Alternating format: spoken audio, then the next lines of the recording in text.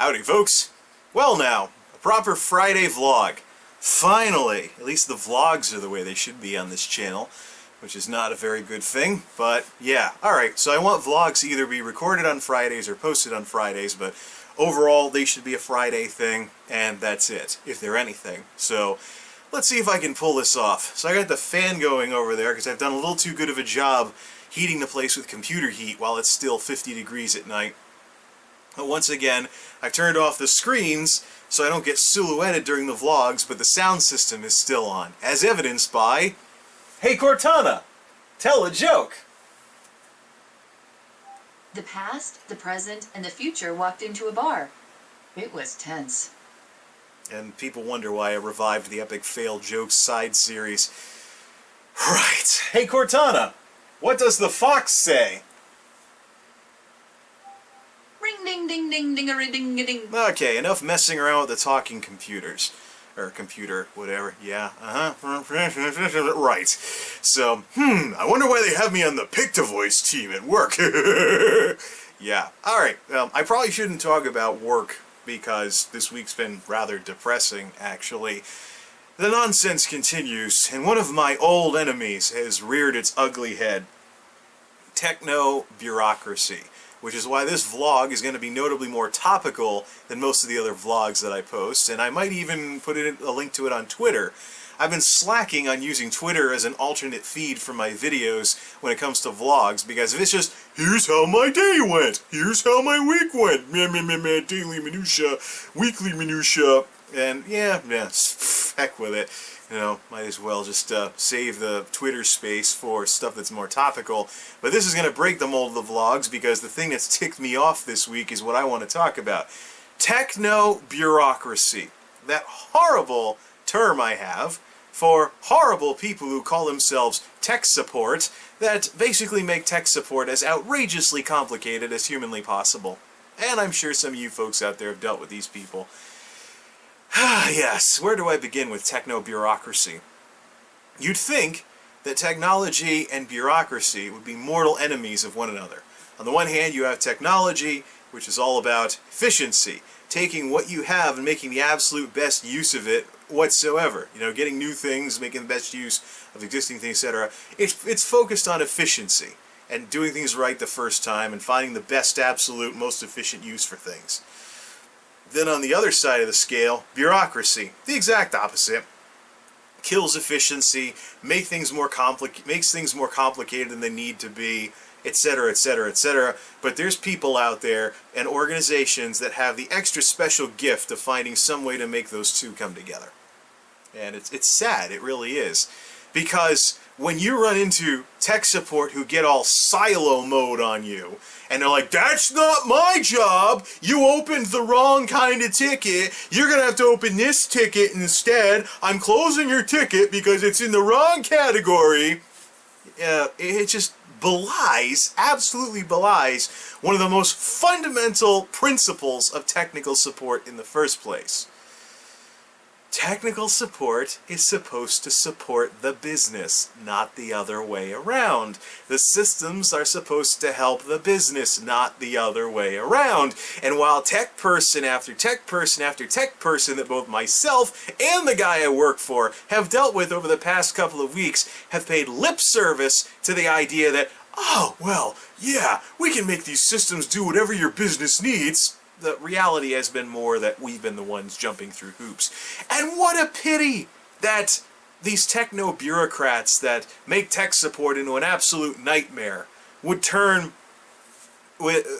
even persist in this mentality, this little silo fiefdom, disconnected from the operations, floating on top of other people's hard work nonsense. It's really too bad that these people want to continue doing this, because by doing so, they show that they are willfully ignorant of something very, very, very basic.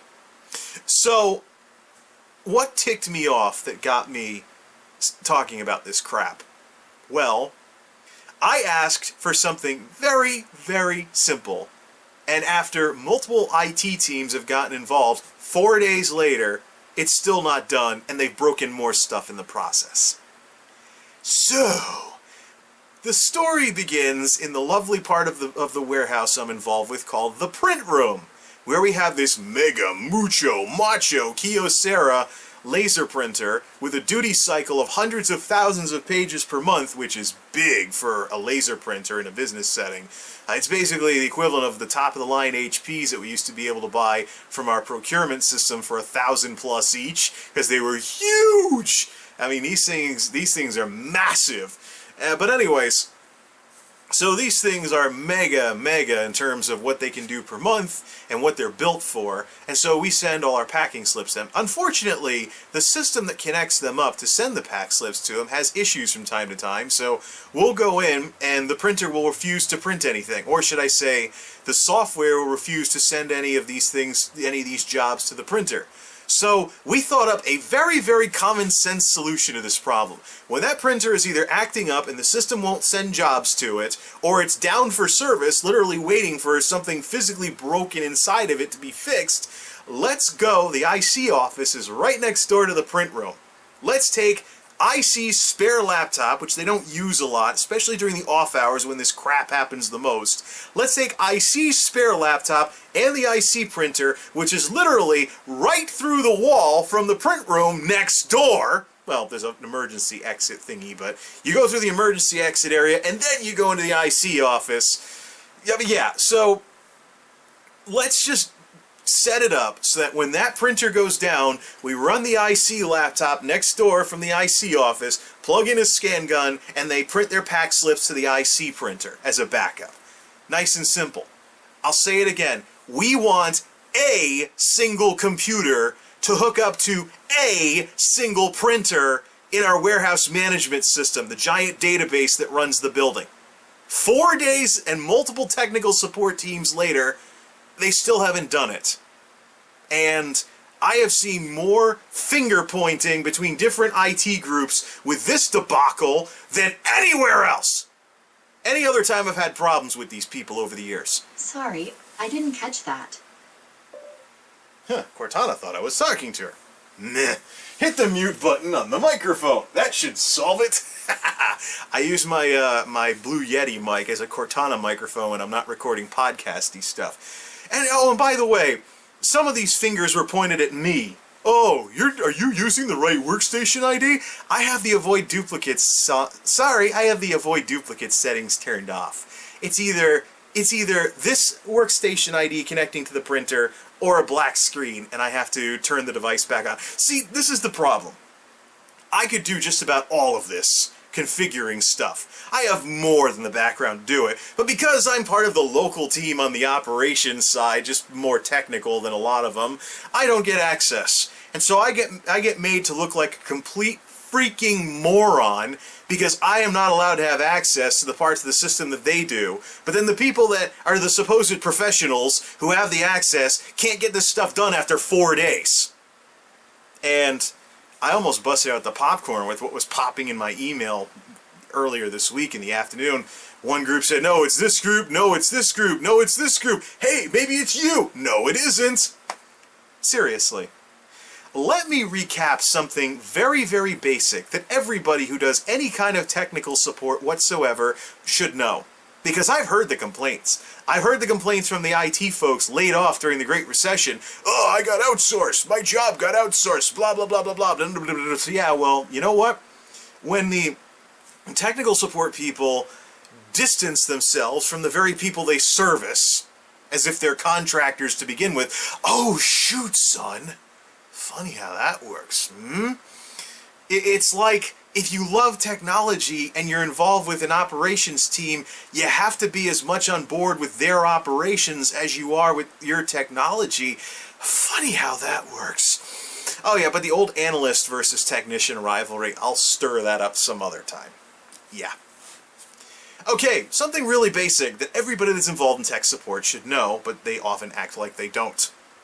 First of all, the technical support supports the operations, not the other way around.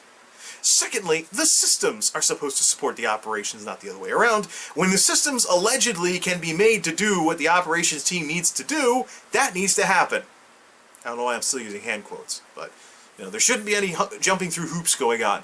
Because when stuff like what's gone wrong with the printer crap that I'm dealing with this week affects our operations for days on end, it affects our ability to service customers, and it potentially causes us to lose customers. You know, the marketing thing about it takes X amount of time to find a customer and seconds to lose them? Well, let me explain something extremely basic that all of these silo-building, it's not my job, it's their fault, technical support people have completely refused to go by here.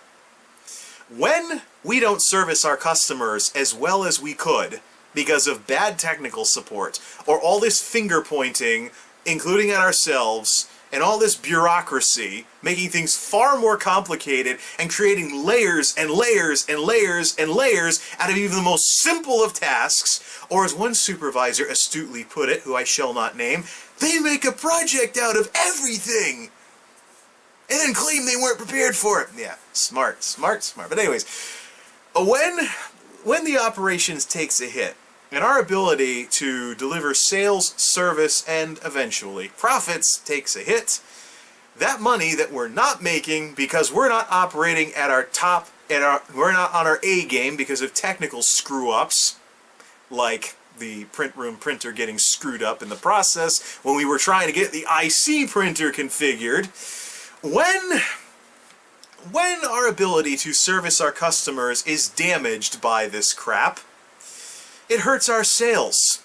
And those sales are where the silo people's budget comes from. You know, I once worked for a guy, very, very, very smart, very well, and very seasoned too. He had a lot of experience running places.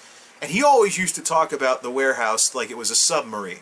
That ultimately it was being cooped in with people for a long time. And you can't really think of anybody as separate from anybody else. It is kind of a ship mentality or a submarine mentality, because submarines are synonymous with being cooped up with folks for long periods of time in many folks' minds. And, well, yeah, I've known of some submarine stuff around here because it's Connecticut. We've got the Coast Guard Academy and the sub base in Groton, for Pete's sake. But yeah, it's like but yeah. So, and I think he had the right idea, because there's unhealthy competition or silo mentality is terrible. It damages businesses, and you have people that are delusional and don't get it when they're stupid enough to think that they can do something and it doesn't come back to affect them later. Like, oh no, you opened the wrong ticket. I'm closing your ticket. You really need to open a ticket, this kind of ticket for this. And just make it like dealing with the IRS and learning the tax code to get things fixed. You know, it says a lot when folks can't acknowledge something that basic, that nobody is really independent from us operations folks. Now, I go out of my way, despite the ticket page where you open your tech support tickets being like a freaking encyclopedia. There are so many things you can click on that page that it has a search box, which I make regular use of. You know, I try to open but when I happen to open an incident instead of a service request, or vice versa, it would be nice if the people, you opened this, you really need that, do you want me to change this to that? And it's not like the tech support people can't open tickets. We have some local technicians who we can just call, and they'll make a ticket and close it to log into the system, because the number of tickets also determines the budget for the support folks. So they want everything ticketed so they can document everything. That makes sense.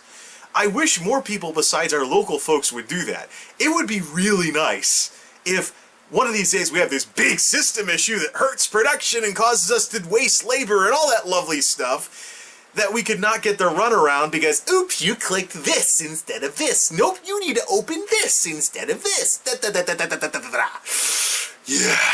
Yeah, and it would be nice if the verbiage on the website was, well, consistent as well. And these people calling us from sometimes across the darn ocean would feel like a member of our team instead of just, you opened the wrong type of ticket. Yeah. Alright. Here's one last example of why I'm so frustrated with all of this and why I'm making a big deal out of this. So, if you go to open a trouble ticket because something's not working and it's damaging your operations and the ability to increase sales, which will hurt the tech support people's budget, may I remind you, when you go to open a trouble ticket, there's this big big stop sign with text next to it. If this is an urgent issue, please call the tech support line instead of opening an e-ticket for immediate service. Guess what happened last Monday? I came in to someone having accidentally deleted the entire inventory control folder on our file server. The IC department only had what they had copied to their desktop in terms of spreadsheets, access files, the stuff they have to type things into to work with. Obviously, that's a problem. I call the IT service line because we need it recovered from a tape backup or a data center backup or recent backup. Now, when we finally go through the proper channels, the file was recovered in under an hour. But the first time I went to open the ticket, I did what the red stop sign said to do. I called it in. And after being put on hold for the minimum 3 minutes, as happens with just about every time I call the Global Help Desk, the person from way distant lands on the other end said, okay, well, here's what you gotta do. You gotta open a service request to get the ticket. I did what the website said to do and called because we had an emergency situation on our hands. And I wound up just opening the service requests and clicking emergency restore like I was gonna do anyways. Net effect of doing what their own website said to do. I wasted my time and the time of my team, and this deleted file took that much longer to recover from a backup. Thanks for the complete and total waste of time. Between that and the drama over the printer, I should probably call it Printergate at this point, this has been the single worst week for dealing with techno-bureaucracy in the over 10 years combined that I've been working with these folks. That is why I rant. That is why I am hamming the heck out of it for some random people on the internet to laugh at. Hope you've gotten some chuckles out of this. And I apologize if anybody spilled any drinks or anything, because like, hell yeah! Oh, wait a minute, I actually have hell yeah! And they accidentally spilled something from their drinks. Now, the sad part is, this is all SOPs and Six Sigma people and folks who want to standardize everything. Actually, no, it isn't. It's not standardization. We actually have multiple layers of technical support, ranging from local folks that we can call, who can literally be up to our building in minutes, to a global help desk for people from across the ocean calling us back in an hour. So, oh yeah, India. I know. I don't like that. I don't really get too caught up in the Indian people type thing. I don't mind how they talk either, but I know bad attitudes know no national boundaries, and I've unfortunately been on the phone with some folks who've been apathetic about what exactly they're doing. I'm like, we need this, come on, man! And mind if I put you on hold and go speak with my supervisor? But that's the thing. So, how many layers of tech support do we really have? Let me try counting them. There's a local computer guy who can do basic, let's include the contractors too. There's the printer technicians who can do just hardware with the printers. They don't work for the company. They're basically a local tech support company that we use for contract repairs to our printing equipment that keep an inventory of spare parts, etc., etc. One.